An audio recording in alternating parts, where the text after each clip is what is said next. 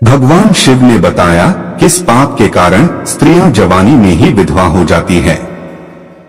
मित्रों, एक बार माता पार्वती ने भगवान शिव से कहा, हे प्रभु, मैं देख रही हूँ कि कुछ स्त्रियां विवाह के तुरंत बाद विधवा हो रही है। आखिर ऐसा क्यों हो रहा है? मुझे लगता है कि यह न्याय नहीं है। फिर भगवान शिव ने माता पार्वती से कहा, हे देवी, आप जानना क्या चाहती हो? अगर आपके मन में कोई शंका है तो निसंकोच होकर कहे।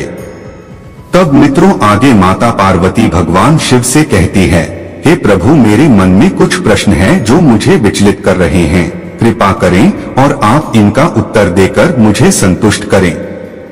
फिर भगवान शिव कहते हैं, हे देवी पार्वती, अपने प्रश्न मुझे बताओ, मैं तुम्हें उनके उत्तर देकर तुम्हें पूरी तरह संतुष्ट करने का प्रयास करूंगा। पूछो गौरी, क्या है तुम्हारे प्रश्न? तब माता पार्वती ने कहा, प्रभु, मेरा पहला प्रश्न है कि कौन सी स्त्री विवाह होने के बाद ससुराल जाते ही विधवा हो जाती है। मेरा दूसरा प्रश्न है कि किस पाप के कारण स्त्रियों को जवानी में विधवा होना पड़ता है। और तीसरा प्रश्न है, पति के लंबी आयु के लिए स्त्रियों को कौन सा व्रत करना चाहिए। मित्रों, तब मुस्कुराते हुए भगवान शिव कहते हैं, हे गौरी, मैं तुम्हारे इन सारे प्रश्नों के उत्तर एक छोटी सी कथा के माध्यम से दूंगा, मगर मेरी एक शर्त है। मैं तुम्हें जब तक कथा सुनाऊं, तुम्हें इस कथा को पूरे ध्यान से और अंत तक सुनना होगा, क्योंकि आधी अधूरी कहानी सुनने से अधूरा ज्ञान ही प्राप्त होता है, जो जीवन में कभी काम नहीं आता है। तो मित्रों, कथा शुरू करने से पहले मेरा आपसे निवेदन है कि इस कथा को पूरा ध्यान से सुने और चैनल को सब्सक्राइब कर वीडियो को लाइक एवं शेयर जरूर करें। मित्रों, फिर भगवान शिव कहते हैं, हे देवी पार्वती, यह कथा मेरे प्रभु और भक्त भगवान श्री हरि विष्णु के एक अवतार की है। तो सुनो, एक ब्राह्मण था जो पूर्व जन्म में एक क्षत्रिय था जिसका नाम मोहन था। उसके माता पिता नहीं थे। वह अकेला अनाथ ही एक साधु के साथ पला बढ़ा और शिक्षा ग्रहण करने के बाद राज्य सेवा में सैनिक का काम करने लगा। अभी तक उसका विवाह न होने के कारण उसकी कोई संतान भी नहीं थी। वह जो कुछ भी धन कमाता था वह उसे सेना के भंडार में जमा कराता था। मित्रों, फिर एक दिन गोपाल नामक युवक उसी सेना में भर्ती हुआ। मित्रों, मुस्कुराते हुए भगवान शिव कहते हैं, हे गौरी, पहले ही दिन गोपाल मोहन के साथ दोस्ती करता है। फिर जब उनकी दोस्ती और रिश्ते मजबूत हो जाते हैं, तब गोपाल एक दिन मोहन से कहता है, देखो भाई मोहन, तुम्हारे पास जो संचित धन है वह उतना ही रहेगा। अगर तुम वह धन मुझे दे दो तो मेरे पिताजी एक व्यापारी हैं, हम इसे व्यापार में लगा देंगे और जो भी मुनाफा होगा तब मैं तुम्हें तुम्हारा धन ब्याज सहित वापस कर दूंगा, और जब भी तुम्हें धन की आवश्यकता हो उस समय तुम मुझसे मांग लेना। मित्रों, फिर भगवान शिव कहते हैं, देवी पार्वती, इस तरह मोहन ने अपना सारा धन गोपाल को व्यापार में लगाने के लिए दे दिया। फिर गोपाल उस धन को व्यापार में लगा देता है। व्यापार में सफलता मिलने लगी और वृद्धि होने लगी, और कुछ ही समय बाद गोपाल ने सेना को भी छोड़ दिया। ऐसे ही धीरे धीरे समय बीतता गया, पर एक दिन जब मोहन ने अपना धन गोपाल से वापस मांगा तब गोपाल ने उसे कुछ दिनों का बहाना लगा दिया। फिर गोपाल अपने घर जाकर सोचने लगा कि अगर मैंने मोहन को धन वापस दे दिया तो मैं क्या करूंगा, मेरा व्यापार तो बंद हो जाएगा। फिर कुछ दिनों के बाद गोपाल को पता चलता है कि सेना में लड़ाई शुरू हो गई है। दूसरे राज्य के लोग इस राज्य पर हमला कर रहे हैं और मोहन उनसे डट के मुकाबला कर रहा है। मित्रों, मुस्कुराते हुए भगवान शिव कहते हैं, हे गौरी, तब गोपाल ने सोचा कि यही सही मौका है मोहन को ठिकाने लगाने का। तभी गोपाल सेना के सरसेनापति के पास जाता है और उन्हें कहता है कि आप मोहन का काम तमाम कर दीजिए, मैं आपको बहुत सारा धन दूंगा। धन का लालच पाकर सरसेनापति भी गोपाल के साथ मिली भगत करता है, और अगले ही दिन सरसेनापति को सूचना मिलती है कि 100 दुश्मन सैनिक जंगल की तरफ से हम पर आक्रमण करने वाले हैं। सरसेनापति मोहन को अपने पास बुलाते हैं और कहते हैं, हे मोहन, जंगल की तरफ से 2 खुफिया दुश्मन हमारी तरफ आ रहे हैं, तुम जाओ और उनका संहार कर दो। मित्रों, फिर भगवान शिव कहते हैं, हे देवी पार्वती, सरसेनापति मोहन को 2 दुश्मनों का झांसा देकर मोहन को 100 दुश्मनों की सेना के सामने भेज देता है।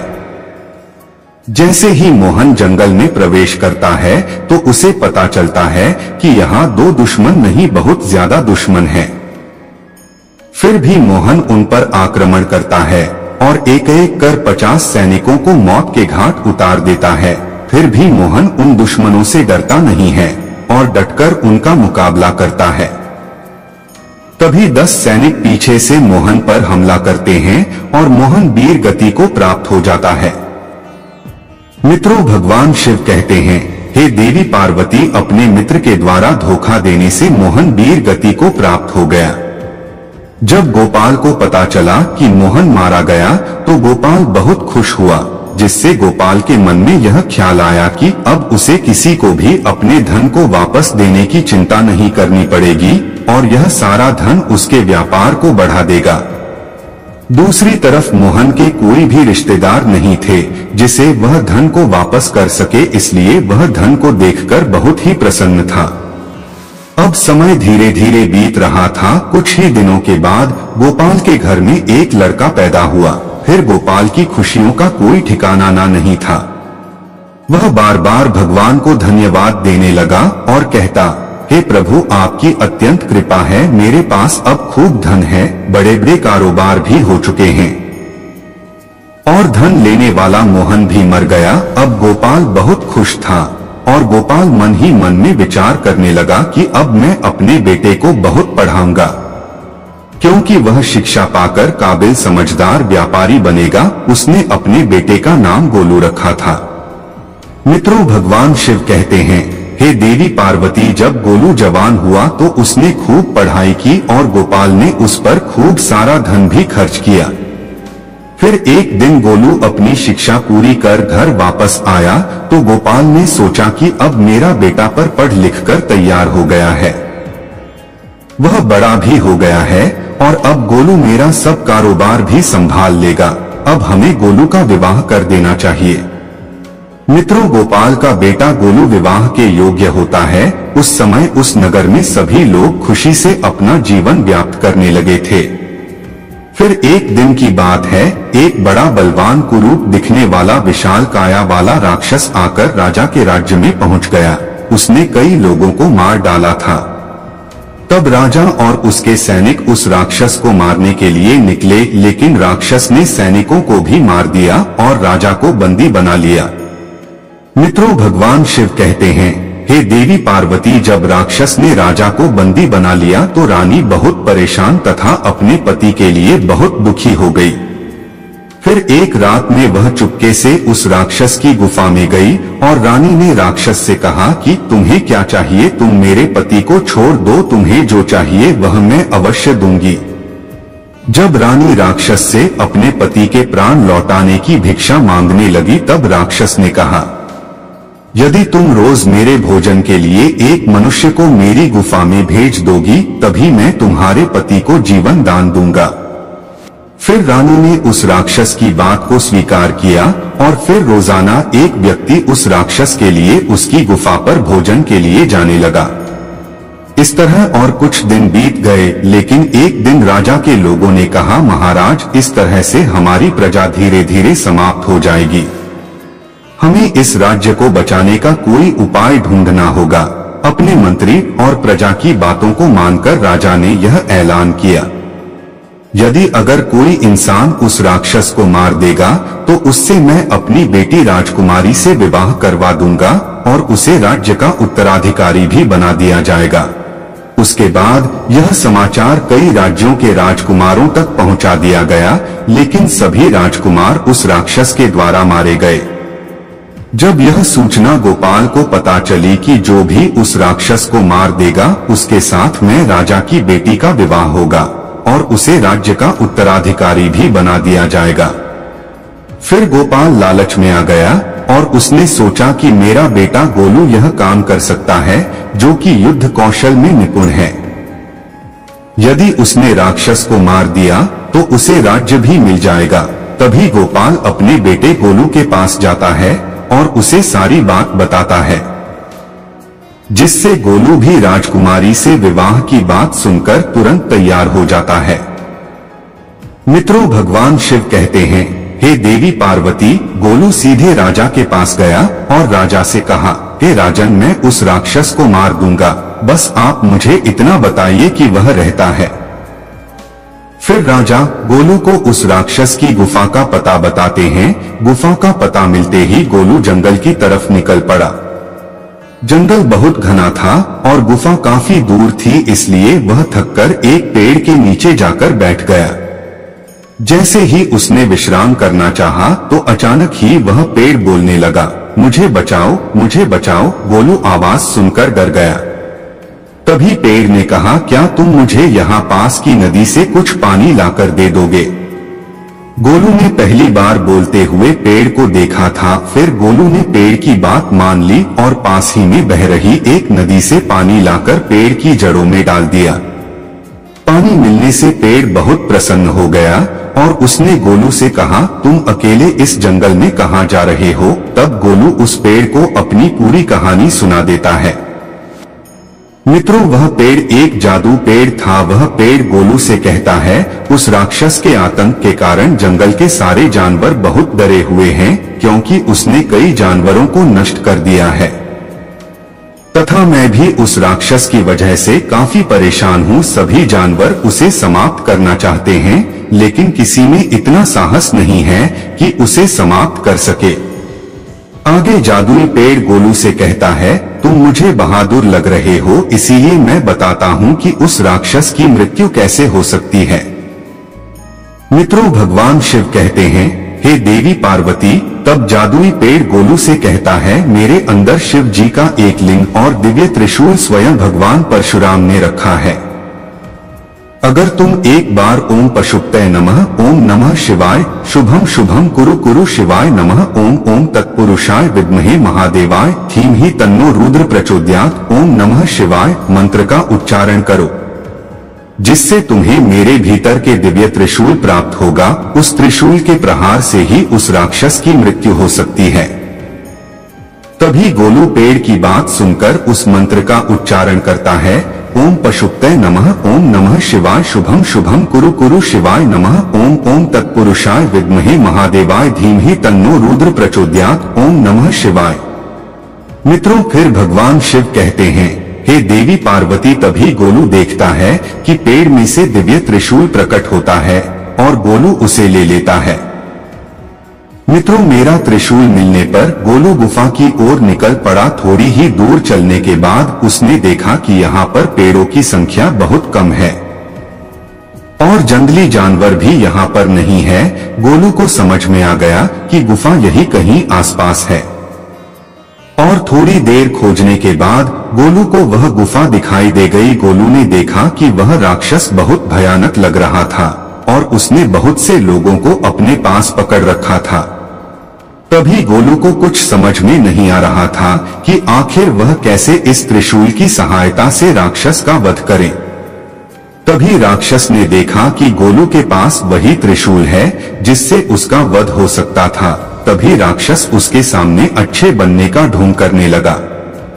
गोलू को भी उसका ढोंग समझ में नहीं आया और तभी राक्षस गोलू को मारने ही वाला था कि गोलू ने उस त्रिशूल को राक्षस की छाती में अपनी पूरी शक्ति के साथ हर हर महादेव कहकर घोंप दिया। त्रिशूल के लगते ही राक्षस का वध हो गया। वहां पर उपस्थित सभी लोगों ने गोलू की बहुत प्रशंसा की, क्योंकि गोलू ने ही उन्हें आज राक्षस से बचाया था। मित्रों, उन सभी लोगों ने गोलू की बहादुरी की बात राजा को बताई। तब राजा बहुत खुश हुए और अपने वादे के मुताबिक उस राजा ने अपनी बेटी मायावती का विवाह गोलू के साथ करा दी और अपने राज्य का उत्तराधिकारी भी बना दिया। इस प्रकार से उस गोपाल के लड़के का विवाह उस राजा की लड़की के साथ हो जाता है।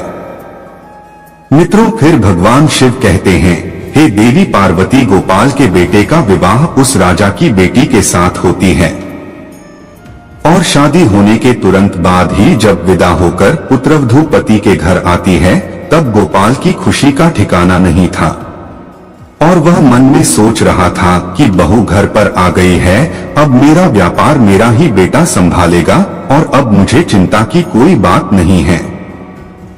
गोपाल इतना सोच ही रहा था कि तभी गोलू की अचानक तबीयत खराब हो जाती है। गोपाल का वह इकलौता बेटा था। अब तो वह गोपाल घबरा जाता है और अपने बेटे के पास दौड़ कर जाता है और गोपाल बहुत बड़े बड़े विद्वान वैद्य को बुलाता है और अपने बेटे का इलाज करवाता है, लेकिन दवा असर नहीं करती थी और बीमारी बढ़ती ही जा रही थी। सारा धन बर्बाद हो रहा है मगर बीमारी घटने का नाम नहीं ले रही है। मित्रों, भगवान शिव कहते हैं, हे देवी पार्वती, गोपाल के पास जो संचित धन था वह सारा धन अपने बेटे की बीमारी में लगा दिया।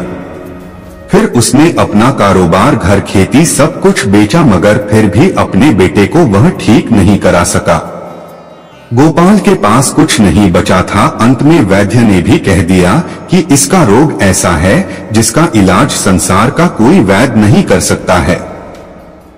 अब यह कुछ ही समय का मेहमान है और बहुत जल्दी इसकी मृत्यु निश्चित है। मित्रों, भगवान शिव कहते हैं, हे देवी पार्वती, एक दिन स्वयं राजा गोपाल के पास आते हैं और कहते हैं, समधी जी, आप एक काम करो, नगर में ही एक विद्वान संत रहते हैं, वह एक विशेष दवा देते हैं। उस दवा को खाकर कितना भी रोगी व्यक्ति हो वह तुरंत ही ठीक हो जाता है। आप जल्दी से जाओ और वह दवा ले आओ। मित्रों, फिर गोपाल राजा की बात को सुनकर उसी वैद्य के पास जाते हैं और दवा ले आते हैं।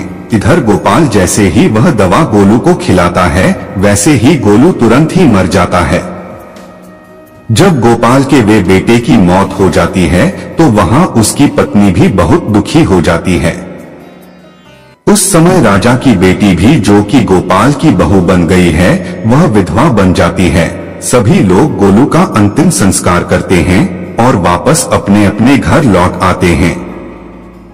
अब गोपाल घर पर बहुत दुखी होकर रो रहा था, उसकी बहू भी रो रही थी और सारे नगर वाले भी बहुत दुखी थे। मित्रों, भगवान शिव कहते हैं, हे देवी पार्वती, उसी समय भगवान श्री विष्णु एक साधु का रूप धारण कर गोपाल के पास आते हैं और गोपाल से पूछते हैं, हे गोपाल, आपको इतना रोना क्यों आ रहा है? तब गोपाल कहता है, महाराज, कल मेरे जवान बेटे की मृत्यु हो गई है तो इसी दुख के कारण मैं रो रहा हूँ। अब मैं कैसे ना रोऊं, आप ही बताएं। तब विष्णु पुनः पूछते हैं, लेकिन आप खुद क्यों रो रहे हैं? गोपाल कहता है, अरे महाराज, मेरा बेटा मर गया है तो मैं कैसे ना रोऊं। फिर भगवान विष्णु वहीं खड़े रहकर कहते हैं, पर आप उस दिन तो बहुत खुश थे। तभी गोपाल कहता है, महाराज, किस दिन? तब साधु कहते हैं, जब आपने अपने कारोबार के लिए मोहन से धन लिया था और मोहन की मृत्यु होने पर आप खुश थे। जब आपका मित्र मोहन मारा गया था तब आपने सोचा था अब आपको किसी को धन नहीं देना पड़ेगा और आप बहुत अमीर हो गए हैं। मोहन ने तुमसे कितनी बार अपने धन को वापस मांगा था, लेकिन तुम तब तक उसे बहाने बनाते रहे जब तक कि तुमने उसे मरवा ना दिया हो। यह बात सुनकर गोपाल हक्का बक्का रह गया। तब साधु कहते हैं, उस दिन भी तुम्हारी खुशी का ठिकाना नहीं था, तुम्हारे पैर जमीन पर नहीं पड़ रहे थे। हे गोपाल, एक बात बताओ, जब तुम इतनी बार खुश हुए थे तो थोड़ा सा दुख होने पर रो क्यों रहे हो?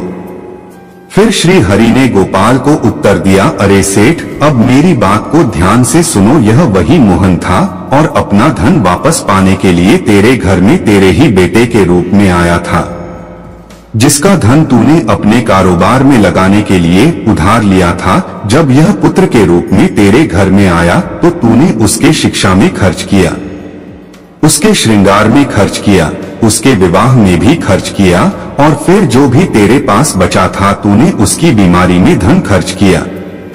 लेकिन अंत में तेरे पास सिर्फ 2 कौड़ी ही बची, वह भी राजा से उधार लेने के बाद तूने फिर उसी 2 कौड़ी की दवा लेकर आया था, जिसे खाकर तेरे बेटे की मौके पर मृत्यु हो गई। अब समझ ले कि तेरे कर्मों का फल मिला है। मित्रों, फिर भगवान शिव कहते हैं, हे देवी पार्वती, गोपाल साधु से कहता है, लेकिन मुझे बताओ, मेरे घर में जवान पुत्रवधू थी, उसको जवानी में धोखा क्यों मिला और विधवा बनाया गया? आप बताओ, उसके साथ ऐसा क्यों हुआ? उसने कैसे मोहन के साथ धोखा किया था? उसके क्या गुनाह थे जो उसे विधवा बनना पड़ा? मित्रों, गोपाल की बात सुनकर भगवान श्री हरि जवाब देते हैं, देखो, जो तुम्हारी बहू है, जो राजा की बेटी थी, वह पूर्व जन्म में वही सरसेनापति था जिसने मोहन को धोखे से युद्ध में भेजा था। उसने मोहन के साथ धोखा किया और उसे युद्ध में मरवा दिया था। यही उसके कर्मों का परिणाम है। भगवान शिव कहते हैं, हे गौरी, तुम्हारा पहला प्रश्न यह था कि कैसे कोई स्त्री शादी के बाद ससुराल में जाते ही विधवा हो जाती है। जो भी मनुष्य जिस प्रकार का कर्म करता है, उसे वैसा ही उसका परिणाम निश्चित रूप से मिलता है। जब एक महिला अपने पसंदीदा साथी को पसंद करती है, चाहे वह कैसे भी हो, और फिर वह उसे धोखा देती है, उसे ठगी है और अपने धर्म का पालन नहीं करती है, तो यह निश्चित है, यदि वह किसी को बचपन में धोखा देगी तो उसे बचपन में ही धोखा मिलेगा। यदि वह जवानी में धोखा देगी तो वह भी जवानी में ही धोखा पाएगी। हर एक प्राणी को अपने कर्मों का फल भोगना पड़ता है। हे देवी, आपका दूसरा प्रश्न था कि किस पाप के कारण स्त्री जवानी में विधवा होती है। जो स्त्री अपने पिता से या पति से बार बार धोखा करती है या उनके पीठ पीछे पराये पुरुषों से संबंध रखती है, वह जवानी में ही विधवा होती है। हे देवी, आपका तीसरा प्रश्न था कि कौन सा व्रत करने से स्त्री के पति की आयु लंबी होती है। तो ध्यान से सुनो। जो भी स्त्री हर सोमवार को शिवलिंग की पूजा करती है, जल चढ़ाती है और नित्य पति की सेवा करती है, उसका पति लंबी आयु पाता है। और जो भी स्त्री मनवांछित पति की कामना करती है या मनवांछित फल को पाना चाहती है, उसे हर दिन शिवलिंग पर जल चढ़ाना चाहिए और जल देते समय 21 बार इस मंत्र का जाप करना चाहिए। ओम पशुपते नमः, ओम नमः शिवाय, शुभम शुभम कुरु कुरु शिवाय नमः, ओम ओम तत्पुरुषाय विद्महे महादेवाय धीमहि तन्नो रुद्र प्रचोदयात्। ओम नमः शिवाय। तो मित्रों, मैं आशा करता हूं कि यह कथा आपको पसंद आई होगी और सब्सक्राइब कर वीडियो को लाइक एवं शेयर जरूर करें। साथ ही कमेंट बॉक्स में जय श्री हरि विष्णु अवश्य लिखें। धन्यवाद।